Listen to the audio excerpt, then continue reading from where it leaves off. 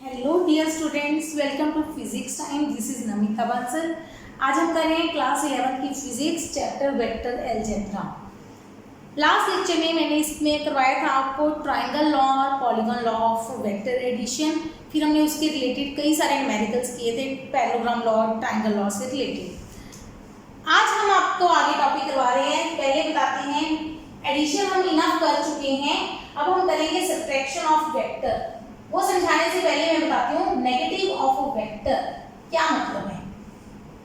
अगर आपको कोई भी ए वेक्टर दिया हुआ है, ए वेक्टर, आपको कहेंगे इसका नेगेटिव बनाओ, वो नेगेटिव बनाएंगे हम बी वेक्टर जो कि माइनस ए वेक्टर होगा। वो कैसे ड्रॉ करेंगे? वो वेक्टर जिसका मैग्नीट्यूड ए के बराबर हो, बिल्कुल बराबर, और डायरेक्शन ए के ऑपोजिट, ए इधर जा रहा है उसके ऑपोजिट, तो बी वेक्टर ए के नेगेटिव के बराबर होता है। Negative of vector it is that vector which has same magnitude but opposite direction of given vector। जिस वेक्टर का मैग्नीट्यूड सेम हो पर डायरेक्शन ऑपोजिट हो, उस वेक्टर को हम क्या बोलते हैं? Negative vector.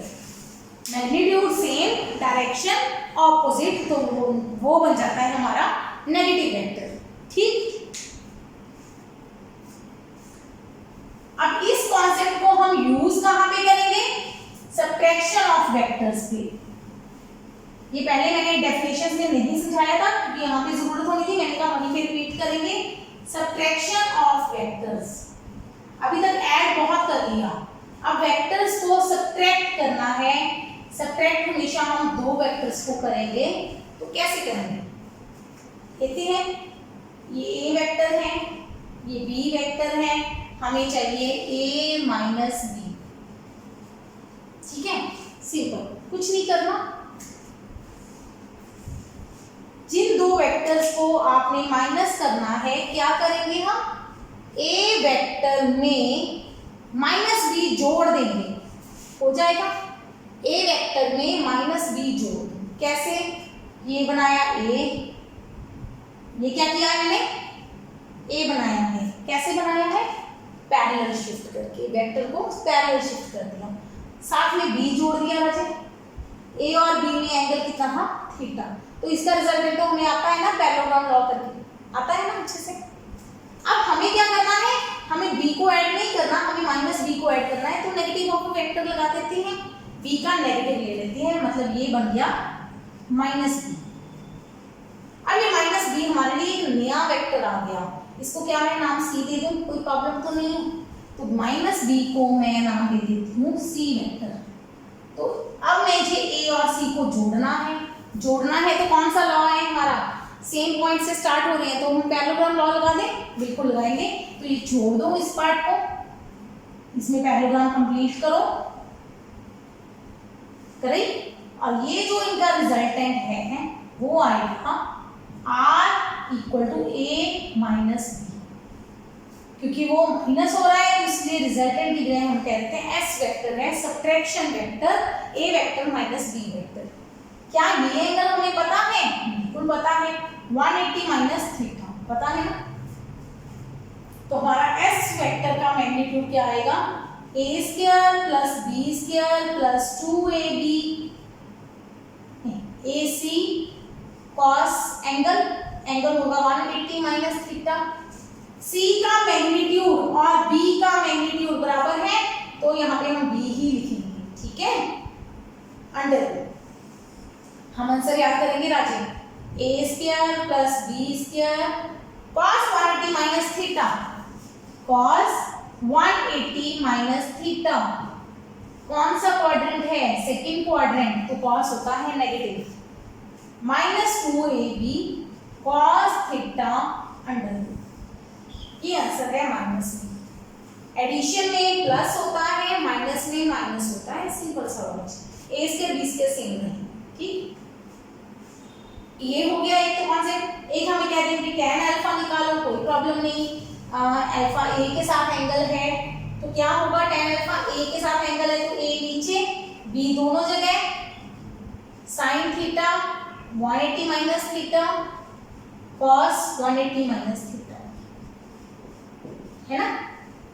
sin 180 minus theta हमारा सेकेंड क्वाड्रेंट बना, सेकेंड क्वाड्रेंट में साइन पॉजिटिव होता है, सेकेंड क्वाड्रेंट में साइन पॉजिटिव होता है तो b sin theta by a minus b cos theta, बस आंसर आ गया है ना। ये सिंपल सब्ट्रैक्शन का रूल है, सब्ट्रैक्शन ऑफ वेक्टर्स। अब इससे रिलेटेड करते हैं न्यूमेरिकल। सब्ट्रैक्शन ऑफ वेक्टर का मेन कॉन्सेप्ट जो यूज होता है वो यूज होता है चेंज फाइंड आउट करने में, find change, find relative, relative displacement, relative velocity, कुछ भी रिलेटिव कहेंगे या चेंज कहेंगे, फाइंड आउट करने में वहां पे हम सब्ट्रैक्शन ऑफ वेक्टर का यूज करेंगे। बहुत इंपॉर्टेंट कॉन्सेप्ट है न्यूमेरिकल्स के लिए। क्वेश्चन करते हैं, a body is moving with speed, नहीं, with velocity, speed scalar quantity है, velocity वेक्टर क्वांटिटी है, with velocity 5 मीटर पर सेकेंड towards east, ईस्ट की तरफ मुड़ रही है। suddenly it starts moving towards north at 5 meter per second. Find change in velocity. क्या क्वेश्चन है? इसी टाइप के मेथड मिलेंगे आपको। पहले now north east west south, जब भी क्वेश्चन आ जाए आप पूरा न्यूज बना दो NEWS। अब अपनी बॉडी जो है वो 5 मीटर की स्पीड से ईस्ट की तरफ जा रही है, ये इसकी फर्स्ट वेलोसिटी है v1। करते हैं ऐसे करना है question. Suddenly it starts moving towards north, एकदम से यहां से टर्न लेके ये नॉर्थ की तरफ चली गई, v2 चेंज हो गई। ध्यान दो स्पीड इसकी सेम है 5 मीटर पर सेकेंड, पर इसकी वेलोसिटी चेंज हो गई क्योंकि डायरेक्शन चेंज हो गई। Velocity is a vector, velocity क्या है हमारी? वेक्टर। वेक्टर में दो चीजें होती हैं, कौन कौन सी?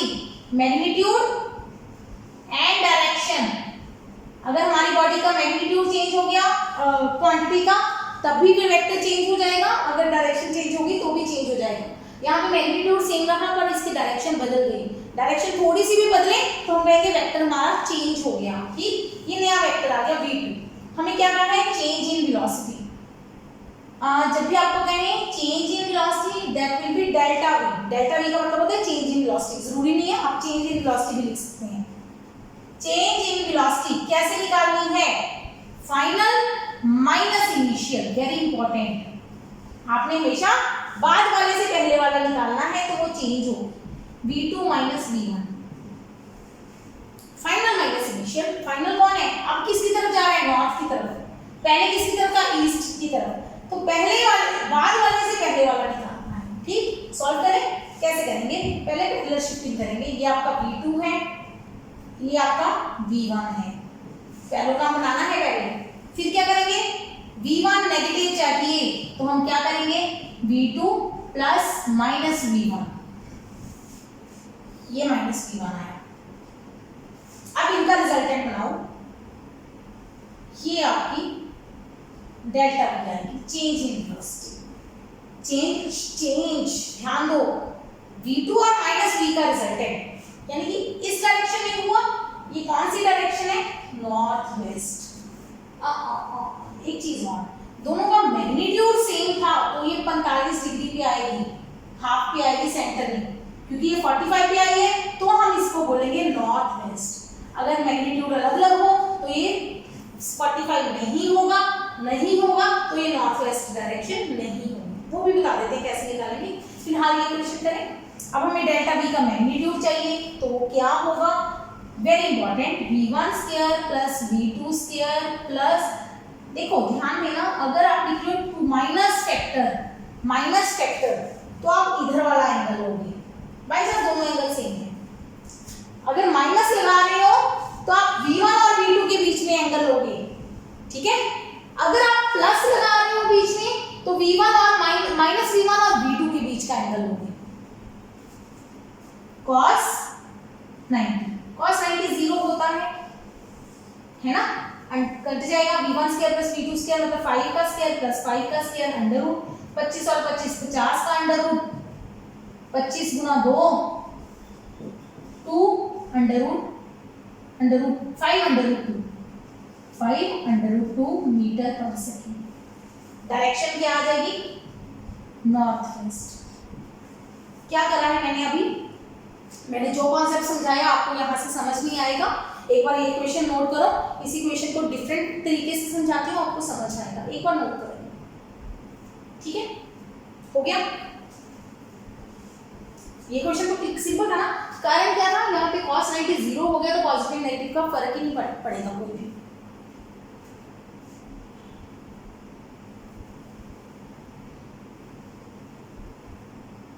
एक और करवा देती हूँ, suddenly it starts moving towards north at speed, यहाँ पे स्पीड कर देते हैं 3 मीटर पर सेकेंड, यहाँ पे कर देते हैं 4 मीटर पर सेकेंड। अब आपका v2 है 4, v2 चेंज हो गया मैग्नीट्यूड, कोई बात नहीं, कोई कंफ्यूजन नहीं है। क्या करेंगे, डायरेक्शन नॉर्थ वेस्ट नहीं आएगी, डायग्राम दोबारा से बनाऊंगी। ये v1 3 है, v2 4 है, थोड़ा सा बड़ा बनाएंगे, तो v1 इधर माइनस v1 हो जाएगा। तो डायरेक्शन कैसे निकालेंगे, मैग्नीट्यूड में थोड़ा सा इजी है। क्या है, 3 का स्क्वायर प्लस 4 का स्क्वायर माइनस 2 3 4 cos 90 0 होता है, ये फैक्टर खत्म हो गया, 3 का स्क्वायर 9 16 अंडर रूट 25 का अंडर रूट 5, ये तो ठीक था, यहाँ तक तो ठीक था, है ना। अब डायरेक्शन निकालनी है, ये अल्फा या ये एंगल निकाल दो, ये अल्फा निकालते हैं हम, ये एंगल निकालते हैं। Let delta we makes angle alpha with north के साथ अल्फा ले लिया, ठीक है, नॉर्थ के साथ अल्फा ले लिया, तो tan अल्फा क्या होगा, वैसे राइट एंगल ट्रायंगल बन रही है राजी, tan alpha perpendicular upon base, alpha के सामने वाली साइड परपेंडिकुलर होती है, 90 के सामने वाली साइड हाइपोटेन्यूज होती है, ये बेस होता है।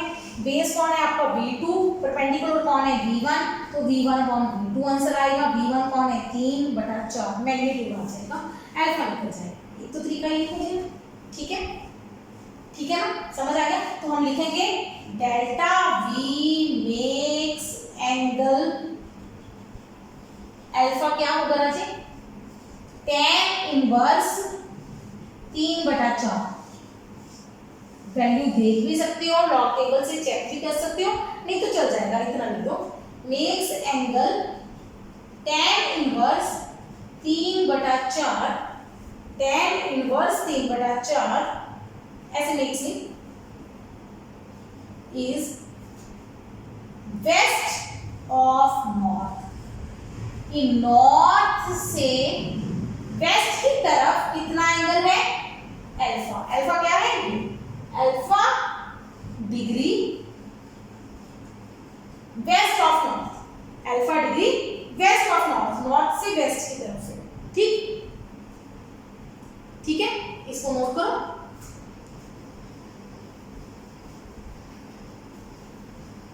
इसी क्वेश्चन में अगर कहते हैं फाइंड एक्सेलरेशन,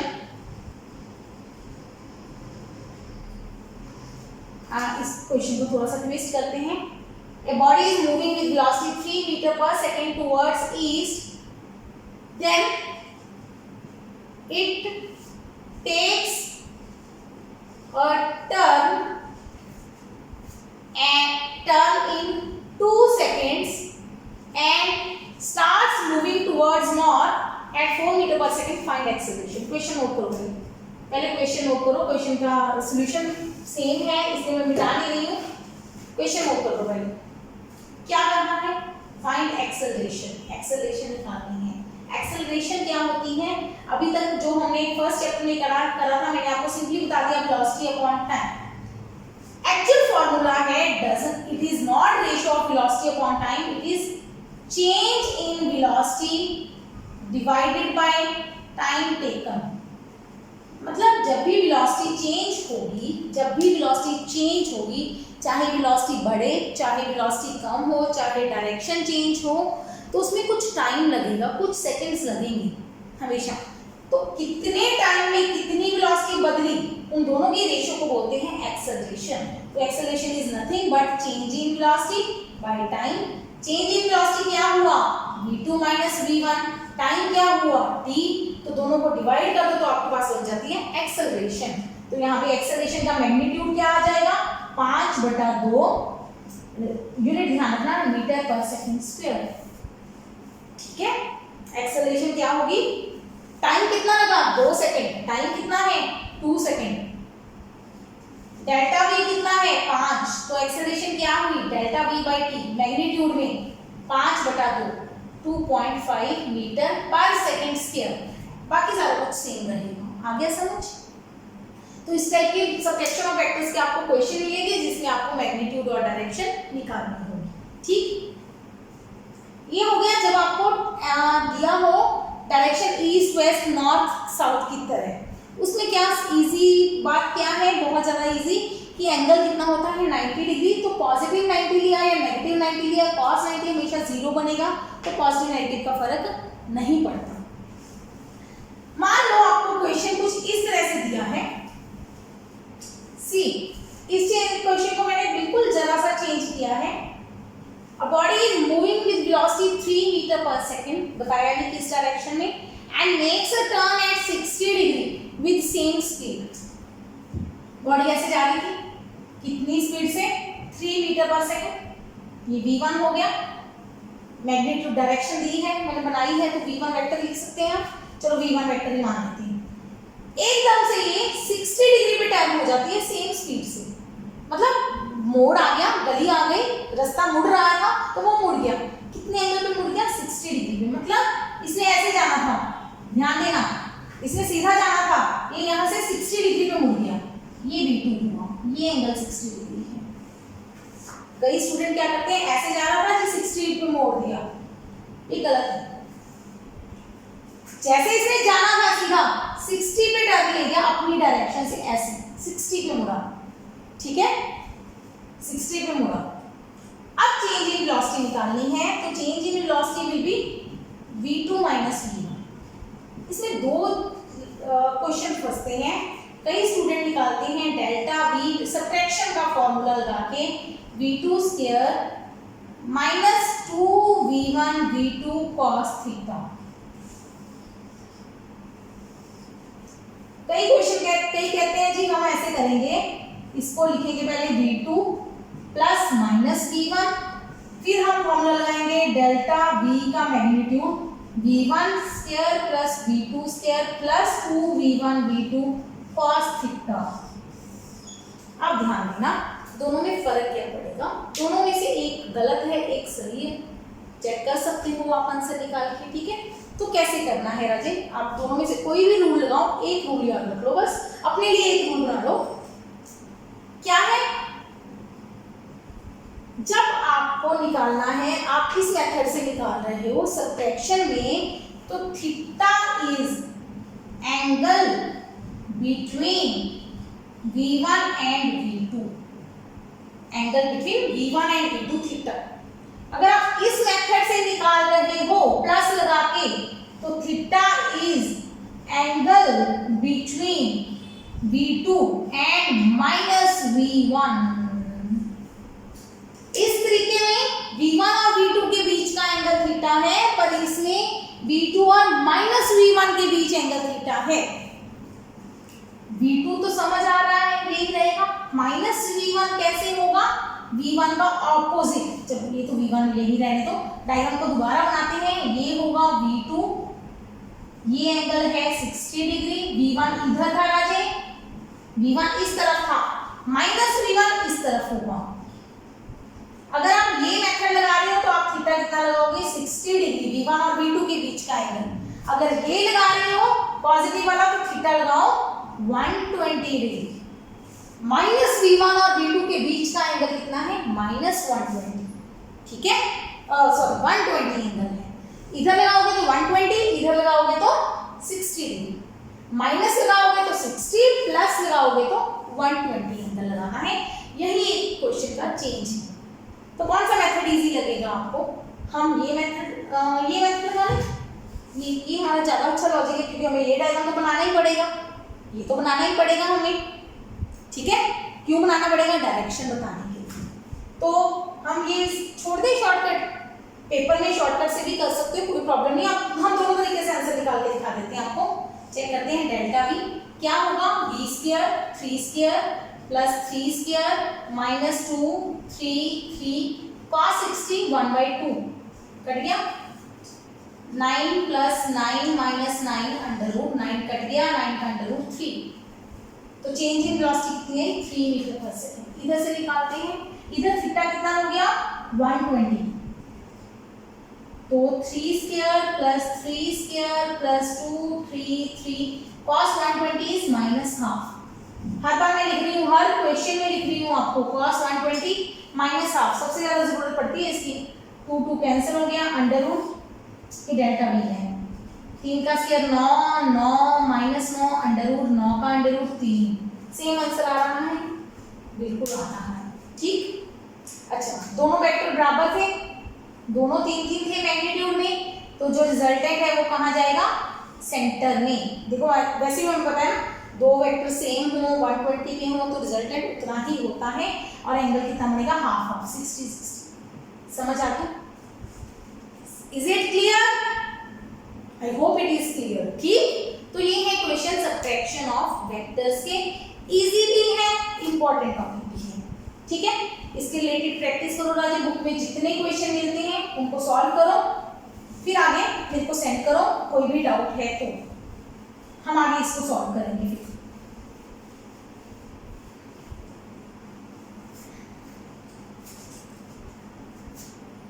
एक तो और अच्छे क्वेश्चन करते हैं। If a vector plus b vector plus c vector is equal to 0 vector, question आता है a b c तीनों का सम 0 है, बनाते हैं। कैसे 0 सम कैसे होता है? जब तीनों वेक्टर्स बंद हो जाते हैं a b c, ठीक है। तीनों वेक्टर्स एक क्लोज ट्रायंगल बनाएंगे तो तीनों का सम क्या होगा 0। देखो ध्यान से देखो, हमें पता है ये a है, अगर ये b है तो इनका रिजल्टेंट ये c आता है, ये तो हमें पता है। अगर c ऑपोजिट करते हैं तो इसका मतलब a और b के रिजल्टेंट के ऑपोजिट हो गया, तो टोटल सम क्या हो जाएगा 0 vector. Find angle between a vector and b vector if a का मैग्नीट्यूड 3 है, b का मैग्नीट्यूड 4 है, कुछ ऐसा क्वेश्चन बना लेते हैं, ठीक है। और c का मैग्नीट्यूड 5 है, कुछ भी ले लो, कोई भी वैल्यूज ले लो आर्बिट्रेरी। a b c का मैग्नीट्यूड दिया है और a और b के बीच में एंगल निकालना है, तो कैसे निकालेंगे? हम निकालेंगे a plus b is equal to minus c। ये मेरे को 2-3 तरीके से हो सकता है, इसका मेथड हम इसके बाद में कराऊंगी आपको प्रोडक्ट ऑफ वेक्टर्स, वहां पे भी यूज करेंगे ये क्वेश्चन, सेम क्वेश्चन करवाएंगे। पर फिलहाल इसमें करते हैं, तो वेक्टर्स बराबर हैं तो उनका मैग्नीट्यूड भी बराबर होगा, बिल्कुल सही है जी। अगर दो वेक्टर बराबर है तो उनका मैग्नीट्यूड भी बराबर होगा, डायरेक्शन भी बराबर होगी, ठीक है। स्क्वायर कर दो दोनों तरफ। जैसे ये क्या हुआ a प्लस b का मैग्नीट्यूड मतलब रिजल्टेंट का मैग्नीट्यूड, ऐसे कह रहे, और इधर माइनस c का मैग्नीट्यूड बराबर है। रिजल्टेंट क्या होता है under root of a square plus b square plus 2ab cos theta is equal to c का मैग्नीट्यूड माइनस c का मैग्नीट्यूड c आएगा। स्क्वायर कर दो दोनों तरफ, a square plus B square plus 2ab cos theta बराबर C square, values put कर दो, 3 का स्क्वायर 4 का square 2 3 4 cos theta is equal to 25, 5 का स्क्वायर सॉल्व करो, 9 16 2 3 जा 6 6 4 24 25 16 9 25 25 25 कट गया 24 cos थीटा बराबर 0। इसका मतलब cos थीटा बराबर 0, तो इसका मतलब थीटा कितना आया 90। अगर आपके पास ऐसा केस आ जाए तो ए और बी के बीच में एंगल कितना होगा 90, ठीक है। 3 4 और ये 5 तो पता ही है, ये राइट एंगल ट्रायंगल की कंडीशन है 3 4 5, ठीक। एक और क्वेश्चन करते हैं, बिल्कुल इजी क्वेश्चन है। If a plus B vector magnitude is equal to a minus B vector magnitude, तो a और b के बीच में एंगल पता करो, और ये कुछ नहीं बताया हुआ, find angle between a and b, और कुछ नहीं बताया हुआ, इजी है। अगर दोनों का मैग्नीट्यूड बराबर है, ध्यान देना, ये a वेक्टर है, ये मेरे पास b वेक्टर है, ये इंपॉर्टेंट क्वेश्चन है, आंसर याद रखना है इसका। इसको भी हम नेक्स्ट जब मल्टीप्लिकेशन करेंगे तब करेंगे ये क्वेश्चन, लेकिन एडिशन सब्ट्रैक्शन से भी हो जाता है। a और b का सम चाहिए तो मतलब ये एंगल होगा a प्लस b, ये होगा। फिर हमें चाहिए a माइनस b, मतलब b को माइनस लो, अभी सब्ट्रैक्शन करवाया, b को माइनस लो, इन दोनों का रिजल्टेंट निकालो, ये क्या हुआ a माइनस b। आपको बोला है दोनों बराबर हैं आपस में, देखो दोनों वेक्टर कभी भी बराबर नहीं हो सकते, कभी भी दोनों वेक्टर बराबर नहीं हो सकते, क्योंकि इनकी डायरेक्शन अलग अलग होगी। आपको बोला है इनका मैग्नीट्यूड बराबर है तो इनकी लेंथ बराबर है, करते हैं, कैसे करेंगे, a प्लस b क्या होगा a square plus b square plus 2ab cos theta under, यही होगा। कोरोना की वार्निंग्स आ रही है, चलो a माइनस b का मैग्नीट्यूड क्या होगा, जब माइनस हो तो भी हमने सब्ट्रैक्शन वेक्टर किया, a square plus b square minus 2ab cos theta. बस इंपॉर्टेंट, जब आप माइनस लगा रहे हो तो एंगल a और b का लेना है, ठीक। स्क्वायर कर दो, squaring both sides, a square b square 2ab cos थीटा, a square b square minus 2ab cos थीटा, स्क्वायर कर दिया तो अंडर रूट कट गया, a स्क्वायर कट गया, b स्क्वायर कट गया, ये 2 इधर आ जाएगा, 4ab cos theta is equal to 0। 4 0 नहीं हो सकता, a और b 0 नहीं है, दो वेक्टर्स दिए हैं तो मैग्नीट्यूड है इनका, तो बचा क्या cos थीटा 0, थीटा 90 डिग्री। अगर दोनों वेक्टर परपेंडिकुलर हुए, ठीक है, बिल्कुल ठीक है, तो ये साइड और ये साइड बराबर होंगे, क्योंकि दोनों सेम तरह के रेक्टेंगल्स बने। आगे समझ, ठीक है। तो ये हो गया हमारा एक और क्वेश्चन एडिशन और सब्ट्रैक्शन ऑफ वेक्टर्स के बेस्ड। याद रखना ये लास्ट वाले जो दो क्वेश्चन करवाए हैं वो हम डिफरेंट मेथड से भी कर सकते हैं, प्रोडक्ट ऑफ वेक्टर्स का रूल लगा के वो भी करवाएंगे। अब सब्ट्रैक्शन ऑफ वेक्टर्स के बाद लास्ट आज का टॉपिक डिस्कस करते हैं, छोटा सा topic, multiplication of vector by a scalar. क्या मतलब है, वेक्टर को किसी स्केलर से मल्टीप्लाई करना है, मतलब मेरे पास एक a वेक्टर है, एक m नंबर है, नंबर की वैल्यू 1 2 3 5 6 7 -1 -2 -5 कुछ भी हो सकती है, फ्रैक्शन भी हो सकती है, 1/2 भी हो सकता है, 5/2 भी हो सकता है, कुछ भी हो सकता है। जब आप किसी वेक्टर को स्केलर से मल्टीप्लाई करते हो तो क्या होता है, जो आपका वेक्टर है, वेक्टर ये a वेक्टर था खाली, जब आप इसको m से मल्टीप्लाई करोगे मतलब इसकी लेंथ है जो m a vector has length equal to m times length of A vector, A vector के मैग्नीट्यूड, लेंथ को मैग्नीट्यूड लिख देते हैं, has a magnitude equal to m times magnitude of A, मतलब m गुना हो जाएगा।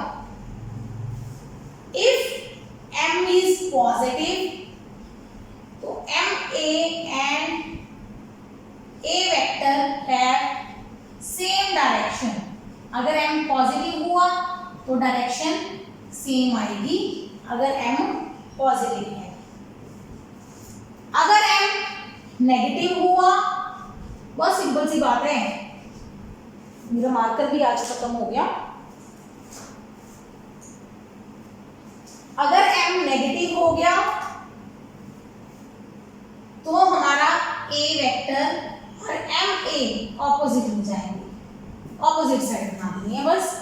इफ m इज नेगेटिव तो m a and a have opposite directions. समझ आ गया? वो तो नेगेटिव वेक्टर वाले कॉन्सेप्ट है ना राजे। अगर नेगेटिव से मल्टीप्लाई करोगे तो डायरेक्शन ऑपोजिट हो जाएगी, सेम से मल्टीप्लाई करोगे, पॉजिटिव से मल्टीप्लाई करोगे तो डायरेक्शन सेम रहेगी। ठीक, मैग्नीट्यूड m गुना कर देना है। m की वैल्यू 2 है तो डबल लेंथ कर देनी है, 3 है तो ट्रिपल कर देनी है, 1/2 है तो हाफ कर देनी है। समझ आ गया? पॉजिटिव और नेगेटिव सिर्फ डायरेक्शन को इफेक्ट करेंगे और m नंबर को, लेंथ को मल्टीप्लाई कर देगा, उसके मैग्नीट्यूड को बढ़ा देगा। ठीक है, ये कई चीजों में कॉन्सेप्ट यूज होगा, जब हम आगे भी करेंगे तो ये कॉन्सेप्ट बहुत यूज होगा कि जो नंबर से मल्टीप्लिकेशन है वो सेम वेक्टर रहता है, उसकी लेंथ बढ़ जाती है या लेंथ चेंज हो जाती है और direction according to sign change होती है, पॉजिटिव है कि नेगेटिव है। ठीक है, magnitude of multiplication of vector by a scalar छोटा सा टॉपिक है, मतलब हम समझाते हैं आपको। मान लो आपके पास कोई वेक्टर दिया है ए वेक्टर, एक वेक्टर को हम रिप्रेजेंट कर सकते हैं 2i + 3j - 5k cap. i j के unit vectors along x y z axis. ठीक है, मतलब क्या है, ये हमारा ऐसे समझ लो, ये 3 डायमेंशनल है, ये x एक्सिस है, ये y एक्सिस है और ये z एक्सिस है। z बेटा हम बनाते ड्रॉ करते हैं टेढ़ी, लेकिन आप ये समझो ये जो z एक्सिस है ना, वो बाहर की तरफ है, बोर्ड के बाहर की तरफ। अब पेपर में तो हम यहाँ पे कोई लाइन नहीं लगा के आ सकते ना, तो हम ये टेढ़ी लाइन बनाते हैं, ये z बाहर की तरफ है। तो इस पूरे a वेक्टर का मतलब क्या है, पहले बंदा x एक्सिस की तरफ गया 2 यूनिट, मतलब यहां तक गया, फिर वो 3 यूनिट ऊपर गया y एक्सिस की तरफ, यहां से बंदा इस तरफ आया, कितना 5 नहीं -5 है, -5 मतलब अंदर की तरफ गया, z के ऑपोजिट। समझो, ऐसे समझो, मैं 3 मार्कर लेती हूँ, ऐसे समझो, ये मेरी x एक्सिस है, ये y एक्सिस है, ये z एक्सिस है। पर्सन पहले 2 यूनिट इधर गया, 2x गया, फिर 3y गया ऊपर, फिर 5z गया इधर, यहां पहुंच गया पर्सन। अब ये जो सेंटर से जहां से शुरू हुआ था ये हमारा a वेक्टर है, ये वाला, समझ रहे हो? पहले x फिर y फिर z, उल्टा भी जा सकते हो, पहले y ले लो, पहले पर्सन इधर गया y, फिर x गया इधर, फिर z। ठीक है, जहां भी मतलब z की तरफ माइनस गया है तो अंदर चला गया, पॉजिटिव क्या होता तो बाहर आता ऊपर हवा में। समझ रहे हो? तो ये चीज है हमारी वेक्टर्स की रिप्रेजेंटेशन। अगर मैं कहूँ आप मेरे को 2a वेक्टर निकाल के दो तो क्या बनेगा 2a वेक्टर, सिर्फ डबल कर दो इसको, 4i cap + 6j cap - 10p cap, 2 का मतलब। अगर मैं बोलूँ आपको मुझे -2a करके दो, ठीक है, तो इसको करने की जरूरत नहीं है, -2 से मल्टीप्लाई कर दो, -4i - 6j + 10k, बस सिंपल। समझ रहे हो?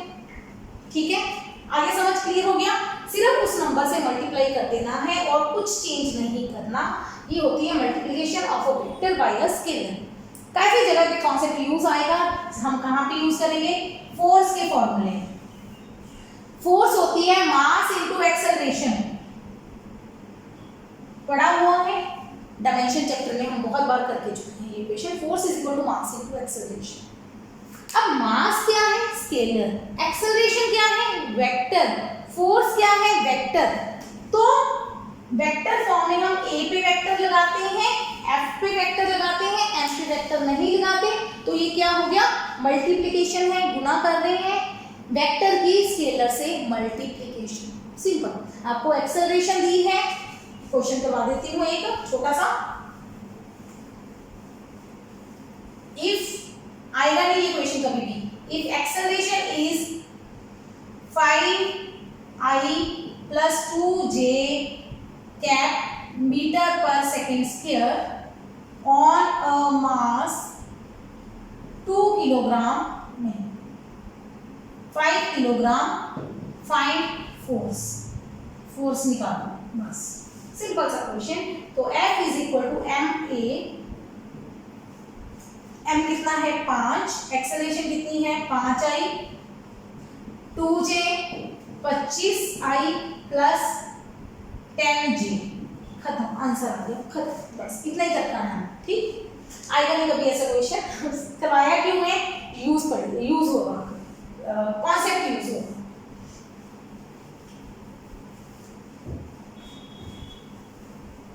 और एक छोटा सा टॉपिक और बता देते हैं, मैग्नीट्यूड ऑफ अ वेक्टर।